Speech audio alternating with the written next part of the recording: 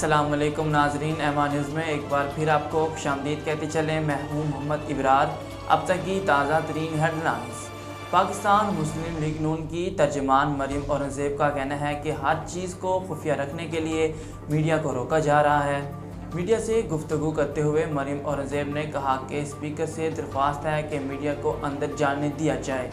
मरियम औरंगज़ेब ने कहा कि वोट हर मेंबर का हक है, जो वोट नहीं देगा उस पर आर्टिकल 6 लगेगा। वज़ीर आला पंजाब के इंतखाब के लिए पंजाब असम्बली का इजलास कुछ देर बाद शुरू हो रहा है।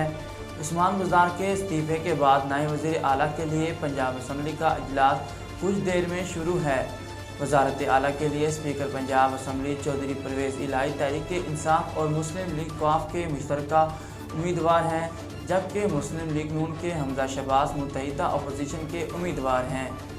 पाकिस्तान तहरीक इंसाफ के चेयरमैन इमरान खान वज़ीर आज़म की कुर्सी पर विराजमान रहेंगे या नहीं, उनकी किस्मत का फैसला आज कौमी असम्बली के हंगामा खेज इजलास में हो रहा है। कौमी असम्बली का इजलास आज सुबह 11:30 बजे होगा, जिसमें मुत्तहिदा अपोजिशन की जानिब से जमा कराई जाने वाली तहरीक अदम-ए-एतमाद पर वोटिंग होगी। इजलास से कबल ही हुकूमत और अपोजिशन के अरकान की आमद का सिलसिला जारी है। चौधरी सरवर को गवर्नर के ओहदे से हटाने की अंदरूनी कहानी सामने आ गई। ज़राए के मुताबिक गवर्नर पंजाब को अहम शख्सियात की शिकायत पर हटाया गया, जबकि इत्तेहादी जमात को भी गवर्नर पंजाब के ताउन न करने की शिकायत थी। ज़राए ने बताया कि गवर्नर पंजाब के इल्म में लाए बगैर उन्हें ओहदे से हटाया गया। 3 रोज़ कबल चौधरी सरवर के वज़ीर आज़म से भी इख्तलाफात हुए थे।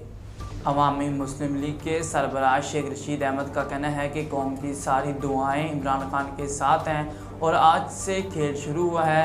कौमी असम्बली के बाहर मीडिया से गुफ्तगू करते हुए शेख रशीद ने कहा कि कौम की सारी दुआएं इमरान खान के साथ हैं, आज से खेल शुरू हुआ है, हम मुकाबला करेंगे।